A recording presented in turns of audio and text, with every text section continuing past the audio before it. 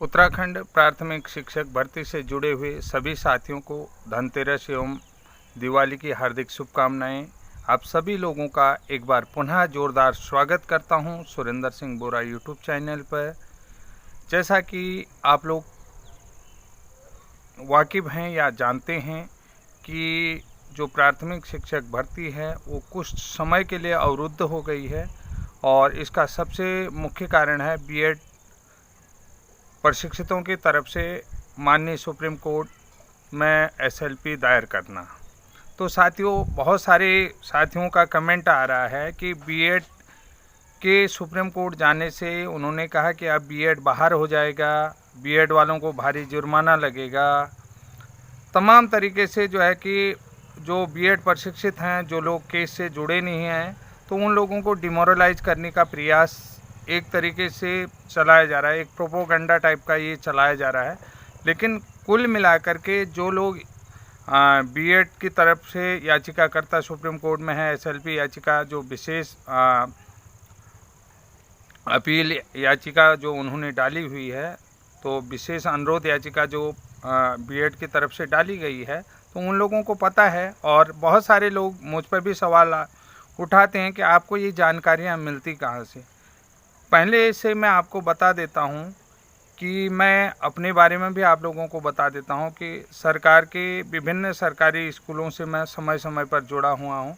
लगभग 2006 से मैं गवर्नमेंट के सरकारी स्कूलों के साथ बराबर कार्य करते आ रहा हूँ, तो बराबर वो कार्य करते रहा हूँ। अभी जो है कि मेरा कार्य अवरुद्ध इस वर्ष सितंबर में हुआ है। उससे पूर्व मैं 2006 से सरकारी विद्यालयों के साथ बराबर कार्य करते आ रहा हूँ। समय समय पर अलग अलग तरीके के कार्य मैंने विद्यालयों के साथ किए हुए हैं, तो मुझे जानकारियाँ रहती हैं और विभाग में किस तरीके का क्या चीज़ प्रक्रियाएं चलती हैं, वो सारी प्रक्रियाओं से मैं वाकिफ़ हूँ, तो आप लोगों को बता देता हूँ।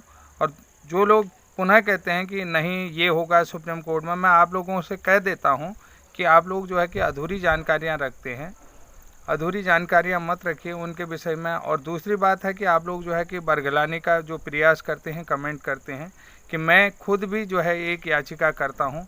मैं तरह तरीके से वकीलों से डिस्कशन करते रहता हूँ। जो हमारे एडवोकेट हैं वो खुद को जो है एक याचिकाकर्ता की भूमिका में रहते हैं और मुझसे क्वेश्चन करवाते हैं कि मुझसे क्वेश्चन कराएं कि मतलब मैं आपको डिफेंड नहीं करूँगा, आप मुझ पर सवाल दागो कि मैं किस तरीके से उसको डिपेंड करता हूँ जो आपकी नज़रों में उचित लगता है। तो हम लोग एक तरीके से जो कोर्ट सेशन होता है, तो हम अपने वकील और मैं खुद उनके साथ इस तरीके के प्रैक्टिस करते हैं कि यहाँ पर जो लीगल सवाल उठते हैं, हम लोग सवालों को नोट करते हैं। फिर मैं अपने प्रोसेस भी बता देता हूँ। जो लीगल सवाल उठते हैं, जो हमारे मन में चलते हैं, जो आप लोगों के मन में जो हमसे कोर्ट कर सकते हैं, उस तरीके के लीगल सवाल लिखते हैं। उन लीगल सवालों पर क्वेश्चन करते हैं, उन लीगल सवालों को उठाते हैं। तो इस तरीके से हम लोग अपनी तैयारियां करते रहते हैं, जो हमें जानकारियां होती हैं। तो आप लोगों को सबसे बड़ी बात एक चीज़ मैं और बता देता हूं, हिमाचल की तरफ से, ये हिमाचल प्रदेश की तरफ से है, हिमाचल प्रदेश की तरफ से भी बीएड ब्रिज कोर्स में एक नई याचिका पड़ रही है। भूपेंद्र पॉल जी हैं, तो भूपेंद्र पॉल जी की तरफ से ये याचिका पड़ेगी। उससे पहले मैं आपको एक चीज़ और बता देता हूँ। हिमाचल बीएड जो है प्राथमिक के लिए अपना केस जीत चुका है और वो जो है कि हिमाचल के अधीनस्थ जो कर्मचारी चयन आयोग है उसके माध्यम से अब जो है प्राथमिक 1 से 5 तक के लिए अध्यापक बनने के लिए एलिजिबिलिटी है, यानी कि उसकी जेबीटी में एलिजिबिलिटी है।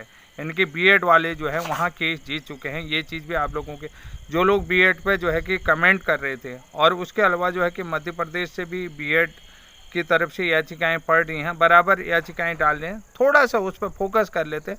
जो लोग बीएड वालों पर नेगेटिव कमेंट कर रहे हैं, मैं आपको ये चीज़ बता देता हूँ, हम पहले बीएड वाले हैं, उसके बाद ब्रिज कोर्स वाले हैं, और दोनों ही जो हैं कि एनसीटी की अधिसूचना में एलिजिबिलिटी रखते हैं। दोनों ही, चाहे वो राज्य सरकार की पत्रावली हो या एनसीटी की पत्रावली है, उसमें भी ब्रिज कोर्स अधिसूचना में है, नियमावली में है, और ये भी जो है एनसीटी की नियमावली में है, और जो है ब्रिज को उसमें भी है, अधिसूचना में भी है।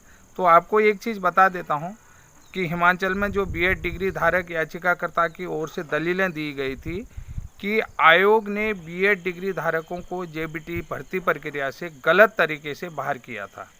तो अदालत को बताया गया है कि एनसीटी की ओर से जारी 28 जून 2018 की अधिसूचना के अनुसार जेबीटी पद के लिए योग्यता पूरी करते हैं। जो बीएड वाले हैं हिमाचल वाले, यही 28 जून वाला जो सवाल उठाया था वो मैंने बहुत बार आप लोगों से भी किया था।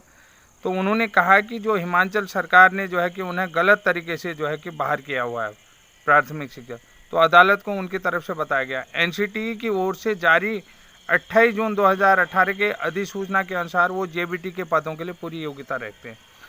अब देखिए याचिका में जो है कि उन्होंने क्या बनाए थे, राज्य सरकार को, हिमाचल कर्मचारी चयन आयोग को और एनसीटी को प्रतिवादी बनाया गया था। उनकी तरफ से जो है कि इन सभी को प्रतिवादी बनाया गया। तो ये आपको इसलिए बता रहा हूँ कि ये बीएड वालों का एक बहुत बड़ा स्टैंड है। जो बीएड ब्रिज कोर्स को भी आप बार बार कमेंट दे रहे हैं, आपको जानकारी क्या है। तो 26 नवंबर 2021 को हाईकोर्ट हिमाचल ने जेबीटी भर्ती मामले पर फैसला सुनाते हुए स्पष्ट किया था कि शिक्षकों की भर्ती के लिए एनसीटी द्वारा निर्धारित नियम प्रारंभिक शिक्षा विभाग के समय समय पर और अधीनस्थ कर्मचारी आयोग में भी लागू होते हैं। समय समय पर जो होते हैं प्रारंभिक शिक्षा विभाग में भी लागू होते हैं और अधीनस्थ कर्मचारी आयोग में भी। अब देखिए यहाँ पर एक चीज़ आप स्पष्ट समझ लीजिए, जहाँ पर आपको नहीं जाता कि जो शिक्षकों की भर्ती के लिए, जो प्रारंभिक शिक्षकों की भर्ती के लिए जो नियम बनते हैं तो वो एनसीटी बनाती है। जो प्रारंभिक शिक्षा विभाग के साथ साथ अधीनस्थ कर्मचारी आयोग में भी लागू होते हैं। किसके बनाए नियम? एनसीटी के। यानी कि पूरी जिम्मेदारी प्राथमिक शिक्षक भर्ती की जिम्मेदारी किसके पास है? एनसीटी के पास। तो कोर्ट ने जो याचिकाकर्ताओं के, जो बीएड याचिकाकर्ता थे जेबीटी के लिए हिमाचल प्रदेश में, तो उनकी याचिका को स्वीकार करते हुए बीएड डिग्री धारकों को पात्र पाया है।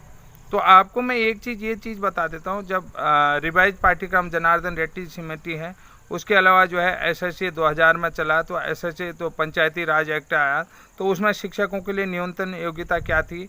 उसके बाद एसएसए में जो है कि आपने टीईटी का भी प्रावधान आ गया था, ऑपरेशन ब्लैक बोर्ड क्या था और शिक्षा का अधिकार अधिनियम क्या था। इन सभी नियमों को ध्यान से पढ़िए, सभी जगह बीएड आपको एलिजिबिलिटी रखेगा।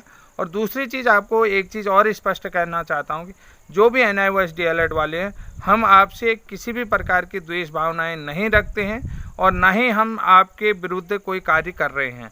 आपको मैं अपने चैनल के माध्यम से जो जानकारी जैसे होती है मैं वही चीज़ बोलता हूँ। आपके विरुद्ध हम किसी भी तरीके से एक्टिविटी में संलिप्त नहीं हैं।